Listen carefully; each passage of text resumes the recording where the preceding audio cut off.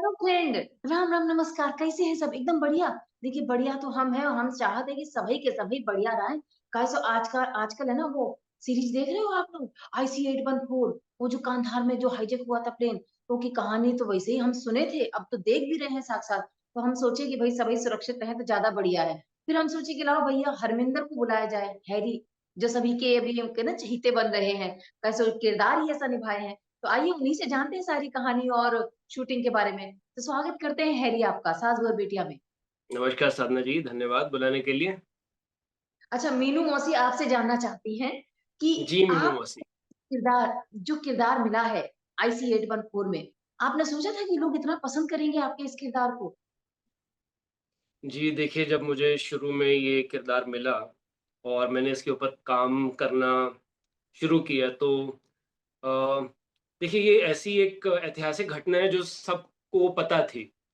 तो मुझे पता था मतलब कहीं न कहीं आपको एक अंदेशा होता है कि लोग इस सीरीज़ को देखेंगे, पसंद करेंगे और मुझे नफ़रत करना भी पसंद करेंगे, मेरे किरदार बिल्कुल। को। सो मेरे लिए वो अच्छी बात रही कि लोगों को मेरे पात्र से नफ़रत हुई और मेरा एज़ एन एक्टर वही ध्येय था कि मेरे पात्र से नफ़रत करें लोग। जानना चाहेंगे आपके किरदार के बारे में और जब ये किरदार आपके पास आया, तब क्या आपने सोचा था कि लोग वाक़ई आपसे मतलब नफ़रत वाला प्यार करेंगे? जी हाँ, देखिए मैं जब कॉलेज में था तब ये घटना हुई थी और हुँ। जब ये घटना हुई थी 24 दिसंबर से लेके 31 दिसंबर तक मुझे याद है कि हम पल-पल खबरों की जो भी अपडेट्स आ रही थी वो देख रहे थे। तो सतही रूप पे मुझे बहुत कुछ पता था इस घटना के बारे में। लेकिन फिर जब ये कैरेक्टर मिला मुझे करने के लिए तो फिर उसके बाद में जब मैंने इन डेप्थ पढ़ाई करनी शुरू करी उस उन इवेंट्स के बारे में, तो मुझे अपने पात्र के बारे में और बाकी के जितने हाईजैकर्स थे, उनके बारे में बहुत कुछ पता चला और उनका उनके दिमाग में हर बदलते हुए घटनाक्रम के साथ में क्या-क्या चल रहा था। ये बहुत कुछ वर्क करने को मिला, सोचने को मिला और ऑन द अदर हैंड जो हमारी एजेंसीज़ थी, हमारे जो लोग थे, उन वो हाइजैकर्स के साथ में कैसे डील कर रहे थे, उसके बारे में इन डेप्थ पता चला तो हाँ, मज़ा आया और लग रहा था कि जिस हिसाब से शूट किया जा रहा है, उस हिसाब से लोगों को किरदार पसंद आएगा और आया भी शायद लोगों को पसंद। किरदार के नाम के बारे में बताइए और मतलब जो किरदार आपने किया, उसके लिए क्या-क्या होमवर्क किया? कैसे-कैसे ट्रेनिंग लिया आपने? वो सब बताइएगा।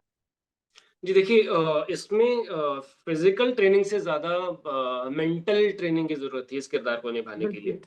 तो बिल्कुल। उसके लिए सबसे पहले तो मैंने जो इस अपहृत विमान के पायलट थे, उन्होंने एक किताब लिखी थी। अ कैप्टन देवीशरण जी ने फ्लाइट इंटो फ़ियर के नाम से उन्होंने एक किताब लिखी थी। मैंने उसको पढ़ा। फिर जो फ्लाइट इंजीनियर थे, उन्होंने भी एक किताब लिखी थी, जग्या साहब। तो उनकी भी किताब थी IC-814 हाईजैक्ड, वो भी पढ़ी। तो सारे घटनाक्रम के बारे में इन डिटेल पढ़ा उसे और फिर उसके बाद में मैं अनुभव सर के साथ में बैठा, हमारे जो राइटर हैं, उनके साथ में बैठे और फिर काफ़ी चीज़ें डिस्कस करी। कुछ ट्रिवियाज़ उन्होंने मुझे बताए, कुछ चीज़ें मैं जैसे कंसीव कर रहा था अपने कैरेक्टर को उस हिसाब से फिर बैठ के हमने बहुत सारी मीटिंग्स करी शूट से पहले हम बातचीत करी और उसके बाद में कैरेक्टर का क्या स्वरूप रहेगा, क्या ढाँचा रहेगा, उसके बारे में डिस्कशन करी और फिर जब आप इतनी सारी प्रिपरेशन शूट पे जाने से पहले कर लेते हैं, तो उसके बाद में शूट पे जाके तो बस आपको खाली सीन को इनैक्ट करना होता है, दैट्स इट। अच्छा मतलब ये तो सही कही आपने, लेकिन एक बात बताएँ जब ये खबर आई थी हाईजैक वाली, तब सब लोग सोच रहे थे कि ऐसा कभी हमारे साथ ना हो, हम कभी ऐसे प्लेन में सफ़र ना करें। आपको जीना एक कहा जाए ना, वो टाइम डायमेंशन वाला ट्रैवलिंग हो गया आपके साथ। आपने तो वो ज़िंदगी जी ली जाकर वहाँ, भले ही शूटिंग के ज़रिए लेकिन जी। तो वो जो एक्सपीरियंस रहा आपका, वो कैसा रहा? उसके बाद जी, आप वो हैरी बहुत से जानना मज़ेदार चाहेंगे, रहा हैरी जीवन आपका जो एक्सपीरियंस जिया कैसा है। रहा? जो एक्सपीरियंस था वो बहुत मज़ेदार रहा। और हम जितने भी एक्टर्स यात्रियों की के पात्र कर रहे थे, और हम जो कैरेक्टर्स जो हाईजैकर्स की भूमिका कर रहे थे, एक समय के बाद में मैं आपको सच में बता रहा हूँ कि हमने गोरेगांव में एक विमान का जो इंटीरियर है उसका सेट बनाया हुआ था, और बहुत प्यारा सेट बनाया हुआ था। वो एकदम रियल विमान की तरह ही था, जो जैसा असली विमान होता है वैसे ही इंटीरियर पूरा हमारे आर्ट डिजाइनर साहब ने शूट किया बनाया हुआ था। तो जब हम वो शूट कर रहे थे, तो एक समय के बाद में केबिन में जब हम शूट करते थे ना, तो वो एनर्जी सच में ऐसी फ्लो होने लग पड़ी थी कि जैसे हम हाईजैकर्स ही हैं, और जो यात्रियों की भूमिका कर रहे हैं, तो वो उन लोगों से भी हमें वैसी एनर्जी मिलती थी, और मिल रही थी। हमसे भी उन लोगों को वैसी एनर्जी मिलती थी कि मतलब मुझे कई बार कुछ जो हमारे को एक्टर्स थे, उन्होंने बोला कि यार आपसे ना हमें सच में एक वैसे वाली वाइब आ रही है कि आप अभी उठा के हमें मारने लग जाओगे। तो अरे बाप! हाँ, जब आप इन्वॉल्व होते हो उन कैरेक्टर्स के साथ में, तो आपको वो आदान-प्रदान मिलता है। तो हाँ, मज़ा आया, और सच में एक ऐसा एक्सपीरियंस करने को मिला कि असल में बिल्कुल, हम तो देखिए इनैक्ट कर रहे हैं उसे, लेकिन असल में और वो कितना स्ट्रेसफुल रहा होगा माहौल, तो बिल्कुल। उसका आपको अंदाज़ा होता है। जब आप सेट पे भी शूटिंग कर रहे होते हैं, तो आपको वैसी वाइब्स वैसी क्रिएट हो जाती हैं, तो देखिए, मज़ा आया। किरदार किरदार भले ही आपने हाइजैकर का निभाया हो, लेकिन हैरी कहीं न कहीं मन में तो यही सोच रहे होंगे कि अगर मैं यहाँ पर बंधकों के बीच में होता, तो मेरी हालत खराब होती। क्यों? बिल्कुल, अरे बिल्कुल, वाह! बिल्कुल, अच्छा बिल्कुल। अच्छा हैरी मतलब एक चीज़ और आप जानना चाहूँगी। देखिए देखिए हाँ, एयरलाइंस के भी मैनुअल्स में होता है, और जब हुँ, भी ऐसी हॉस्टेज सिचुएशन होती है, तो उसमें हर मैनुअल में यही कहा जाता है कि आप जितना हो सकता है हाईजैकर्स को कोऑपरेट कीजिए, आप उनकी बात मानिए, सो दैट बिल्कुल, जान-माल की हानि ना हानि कम। तो उस हानि से बचने के लिए अगर मैं भी पैसेंजर्स में होता, तो शायद मैं भी वैसे ही कॉम्प्लाई कर लाइक वैसे ही करता कि जैसे हाईजैकर्स बोलते हैं। हुँ, भगवान की दया से रियल ज़िंदगी में किसी के साथ ऐसा ना हो। ये कहानी है, कहानी के तौर पे लेना चाहिए, है ना? अच्छा आपसे एक चीज़ और जानना चाहेंगे, मतलब स्ट्रगलिंग स्ट्रगलिंग करते-करते अचानक एक ऐसा किरदार मिलना, जिससे लोगों को नफ़रत हो जाना, जी। उससे आपको कितना प्यार हो गया है, इतना स्ट्रगलिंग के दौरान? देखिए, सबसे पहले तो मैं इसको स्ट्रगल नहीं बोलता हूँ, इसको मैं प्रोसेस बोलता हूँ। हर चीज़ का एक प्रोसेस होता है, काम पाने का भी एक प्रोसेस होता है, और धीरे-धीरे आप सीढ़ी दर सीढ़ी काम आपको अच्छा मिलता है। तो शायद मैं उस प्रोसेस में ऑलरेडी था। मैं पहले अरे वाह! 2-4 सीन के कैरेक्टर्स करता हुआ आ रहा था, फिर उसके बाद में थोड़े और बड़े कैरेक्टर्स करता आ रहा था। उसके बाद में मुझे ये कैरेक्टर मिला। तो शायद मुझे लगता है कि मैं मेंटली और क्राफ्ट वाइज़ तैयार हो चुका था, और मेंटली इतना परिपक्व हो चुका था कि मुझे पता था कि अभी मैं अच्छे से इस कैरेक्टर को एग्ज़ीक्यूट कर दूँगा। अरे और वाह! बाकी बहुत सारा श्रेय आपके डायरेक्टर को भी जाता है कि आपका डायरेक्टर आपके साथ में कितने कंफर्टेबिलिटी के साथ में आपके साथ में काम निकलवा सकते हैं। और अनुभव सर, बिल्कुल, hats off to him. Like आप मैं वैसे ही अपने डायरेक्टर को खुश करने के लिए नहीं बोल रहा हूँ, लेकिन सच में उनके साथ में काम करके एक बहुत आनंद आया, और उनका जो प्रोसेस है काम करने का बहुत ही मज़ेदार है। आप मज़े-मज़े में काम करते हो, आपको पता भी नहीं चलता कि आप काम पे हैं, आप सेट पे हैं, काम कर रहे हैं, और हो जाता है काम।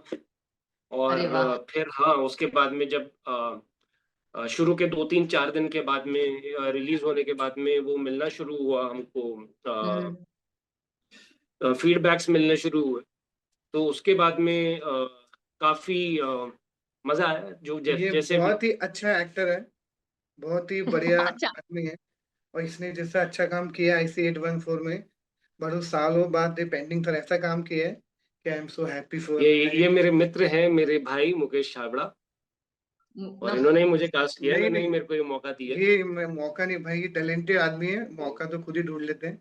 इन्होंने लाल सिंह चड्ढा में बहुत अच्छा काम किया था, लुटेरे में बहुत अच्छा काम किया था, लेकिन आईसी 814 में जो फाइनल एक कील ठोकना होता है ना, वो इन्होंने किया। हम ये बोल रहे कि मतलब इस किरदार में आप छा गए, भले ही वो नेगेटिव किरदार था, ठीक है, लेकिन अब जी आप छा गए। और हम ये जी सुने हैं कि चाहे कोई सा भी एंटरटेनमेंट जगत हो, जिस किरदार टाइप कास्ट बोलते हैं ना, जी। जिस टाइप कास्ट कर दिया जाता है, मतलब हाँ, ये इसी किरदार में अच्छा लगता है, तो आगे आने वाले समय में भी ऐसे ही किरदार मिलते हैं।